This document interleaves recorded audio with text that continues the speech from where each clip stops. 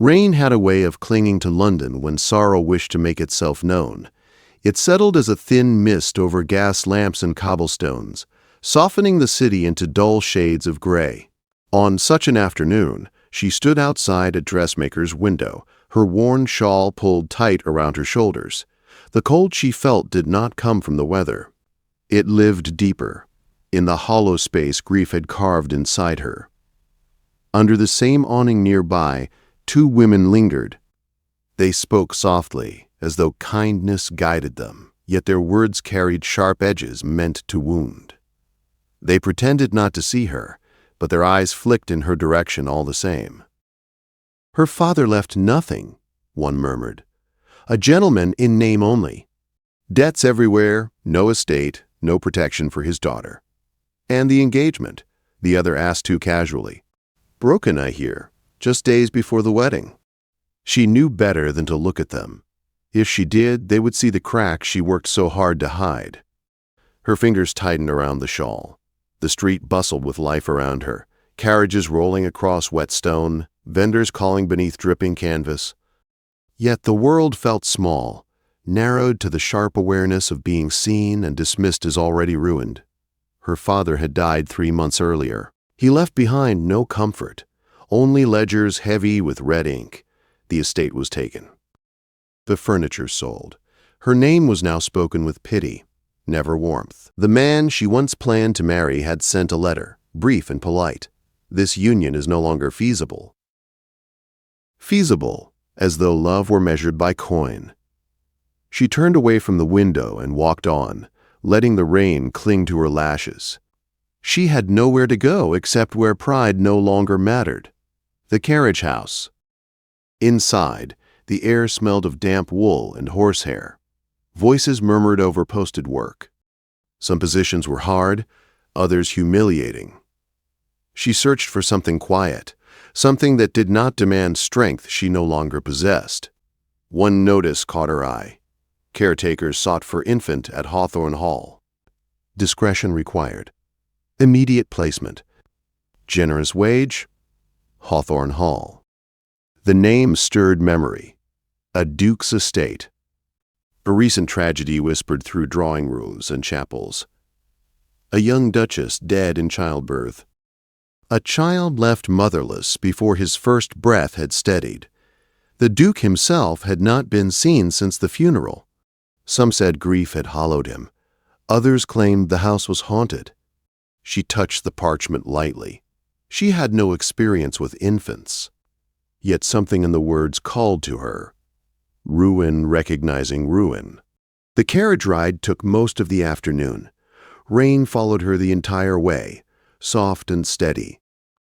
Hawthorne Hall rose from the moorlands like a solemn memory, gray stones softened by ivy.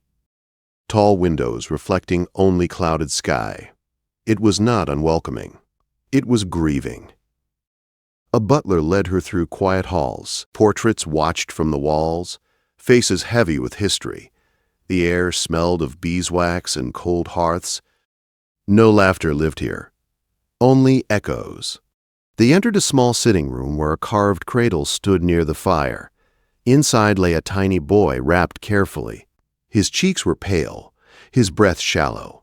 A nurse hovered nearby, anxious. The child had not cried properly in days. Then the Duke appeared. He did not announce himself. He simply stood in the doorway. Tall. Still. His grief was not loud. It was carved into his posture, into the tired lines of his face. His eyes rested on the child before lifting to her. "You arrived sooner than expected," he said quietly. "Yes, Your Grace." He studied her, not with cruelty, not with kindness. "With caution, the child is unwell," he said. "Not in body, the doctors insist he is strong. Yet he refuses to be held. He will not eat. He barely sleeps."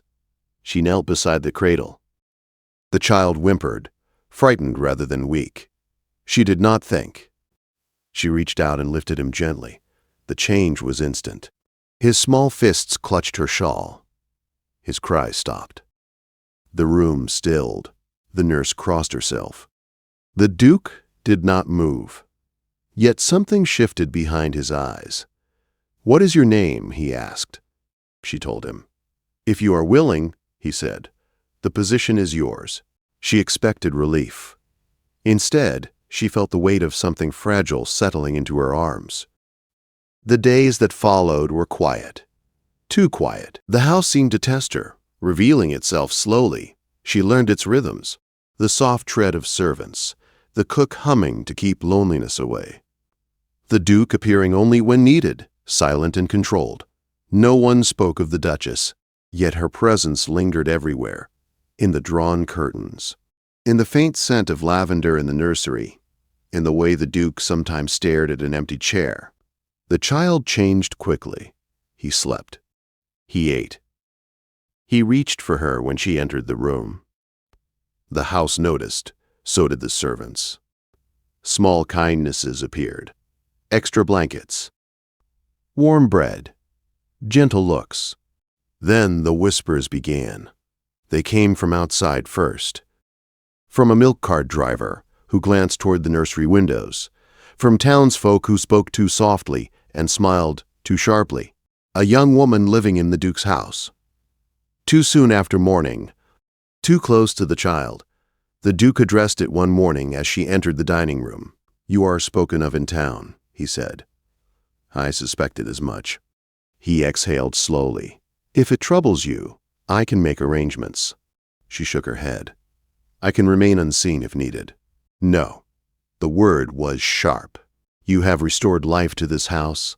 I will not hide you as though you are shameful." That afternoon, she found a small carved wooden bird outside her chamber door, old, carefully cleaned. She did not ask who left it. She knew. The Duke said nothing. He did not need to. By the second week, his sister arrived without warning. Silk and sharp glances. She observed everything. The child in her arms. The calm in the nursery. "Indispensable," the sister remarked lightly. Indispensable can become dangerous when whispers grow loud. Later, her voice carried through an open doorway. "If she remains, the family may contest the child. They will say the household is compromised." "I will not lose my son," the Duke replied. "Then you must act," his sister said. That evening, the Duke stood by the hearth, his hands clasped tightly behind his back. "They mean to take him," he said. "They claim grief has made me unfit. They will listen to whispers unless silenced." She understood before he spoke again. "I ask this not for myself," he said. "Only for him. Pretend to be my wife." For 1 week, long enough to prove stability. The words settled heavily between them. She looked at the child sleeping against her shoulder. 1 week, he repeated. Her heart beat hard, knowing already that 1 week could change everything. Morning arrived softly at Hawthorne Hall, as though the house feared waking too loudly. Pale light slipped through tall windows, resting gently on stone floors and quiet furniture. She rose before the bells, the child already stirring in his cradle. His small sounds were familiar now, not cries but questions, asking the world if it was safe to greet the day. She lifted him carefully, breathing in the warmth of him. For a moment, she forgot the weight of what she had agreed to. Then the memory returned, steady and unavoidable. 1 week. A borrowed role. A borrowed name. The Duke was waiting in the breakfast room when she arrived. He stood by the window, hands clasped behind his back, staring out at the gray sky. He turned when he heard her steps. For the first time since she had known him, uncertainty crossed his face. "We should speak of how this will be done," he said. She nodded. The child rested calmly against her shoulder, unaware that his future had become the subject of careful planning. "To the world, you will be my wife," the Duke continued. "We will dine together. Appear together. Attend the winter assembly." The household must reflect order. "And privately?" she asked. "Privately," he hesitated. "We will remain exactly as we are. Respectful. Honest." Relief and disappointment mingled inside her, equal and confusing. "That seems wise," she said.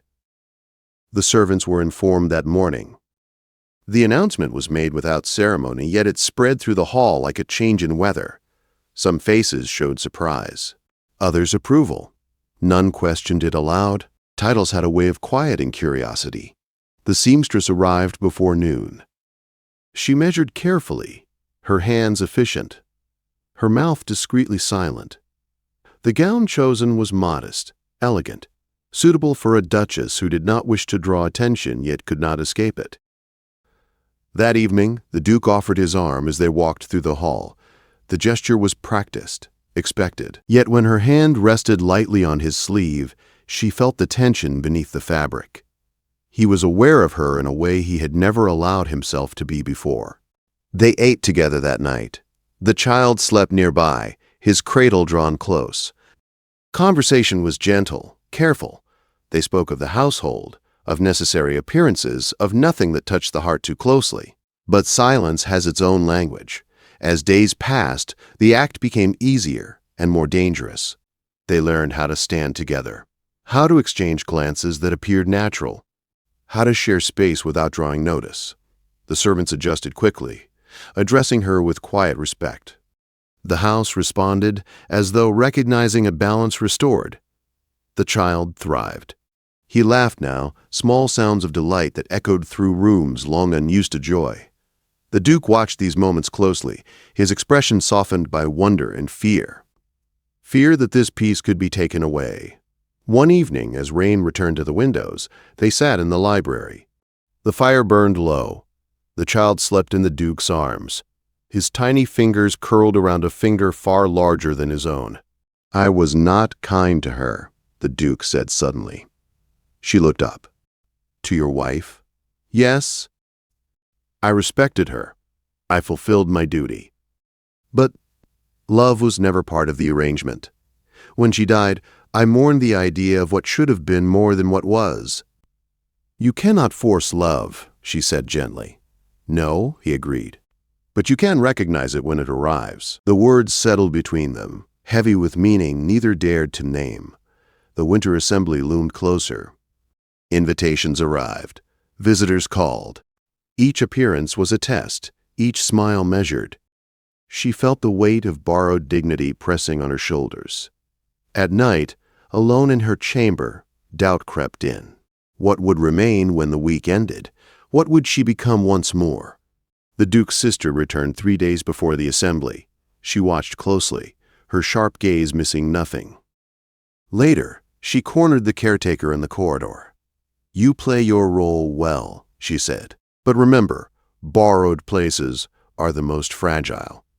That night, the Duke found her standing by the nursery window, staring out into darkness. "She doubts me," he said quietly. "She doubts everyone." "Do you doubt me?" he asked. She turned. The question was not about the arrangement. It was about something deeper. "I doubt myself," she answered honestly. He nodded, as though he understood that more than any reassurance. The night of the assembly arrived wrapped in cold and light. Hawthorne Hall gleamed as it had not in months. Carriages lined the drive. Music filled the air. She stood at the top of the stairs, her gown pale and soft, her hands trembling despite herself. The Duke waited below. When he looked up, something changed in his face. Not pride, not possession, something quieter and far more dangerous. They descended together. The room stilled. Eyes followed. Whispers fluttered like trapped birds. She held her head high, every step measured. The Duke remained close, his presence steady, protective without display. A gentleman stepped forward, his smile sharp with intent. He spoke of rumors, of her past, of questions that needed answering. The Duke answered before she could. His voice carried across the room, calm and firm. He spoke of loyalty, of care, of the woman who had saved his son when grief had silenced the house. The attention was unbearable. She felt heat rise, tears threaten. She excused herself before the music resumed. In the corridor beyond, the air was cool and quiet. She pressed a hand to her chest, breathing through the ache. He followed moments later. "You should not have defended me so openly," she said without turning. "I could not remain silent. When this ends," she whispered, "I will bear the weight of it alone." He stepped closer. "Do you truly believe I asked for 1 week because I intended for it to end?" Her breath caught. "Do not offer kindness you cannot sustain."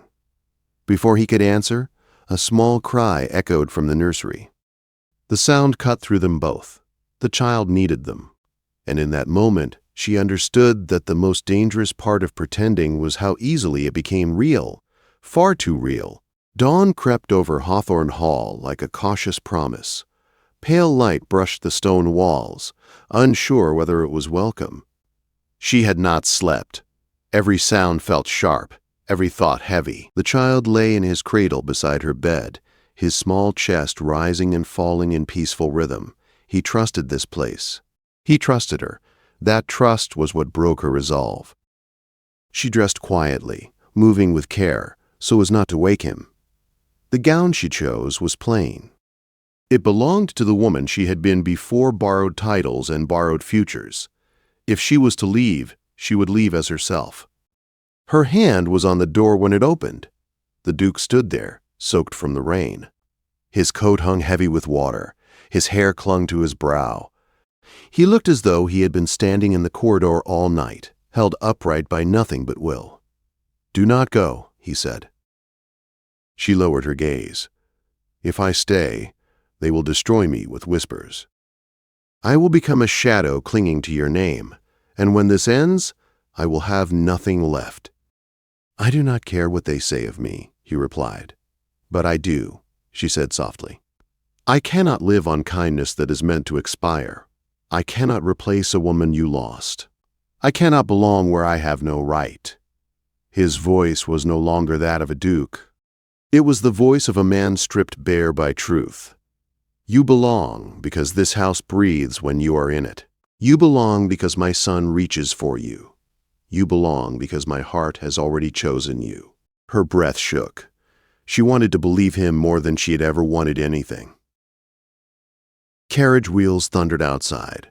Voices rose in the courtyard. Firm voices. Certain voices. "They have come," he said. "They mean to take him today." Fear cleared her mind in an instant. She lifted the child from his cradle and followed the Duke down the stairs without hesitation. The entrance hall filled quickly with rigid figures. His aunt stood tall and unyielding, his uncle beside her. A solicitor held papers sealed in red. "The household is compromised," the aunt declared. "The child must be placed where judgment is sound." The Duke stepped forward. "This house is sound." The solicitor cleared his throat. "Grief clouds reason. The court requires proof of stability." She moved then, not behind him, beside him. The child stirred, his small hand gripping her gown. Her voice was quiet but clear. "This child is fed. He is held. He is loved. You may question appearances, but you cannot question care." The aunt's eyes narrowed. "You speak boldly for one without place here." The words did not wound as they once might have. "She has a place," the Duke said. "She is the woman I choose. Not for show, not for necessity, because she is my heart." Silence fell heavy and complete. The solicitor looked from one to the other, then bowed. The challenge dissolved not in argument, but in certainty. Love, spoken plainly, left no room for doubt. They left shortly after. Dignity frayed, but intact. When the doors closed, the house seemed to sigh. She turned to him, tears filling her eyes. "You love me?" "Yes," he said simply. "I always have." She stepped forward. This time, neither of them held back. Their kiss was not desperate. It was steady. It was a promise spoken without words. 1 year later, Hawthorne Hall was alive again.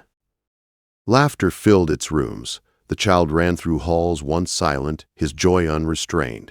In the garden, beneath climbing roses, she walked beside the Duke, now her husband, not by pretense, but by choice.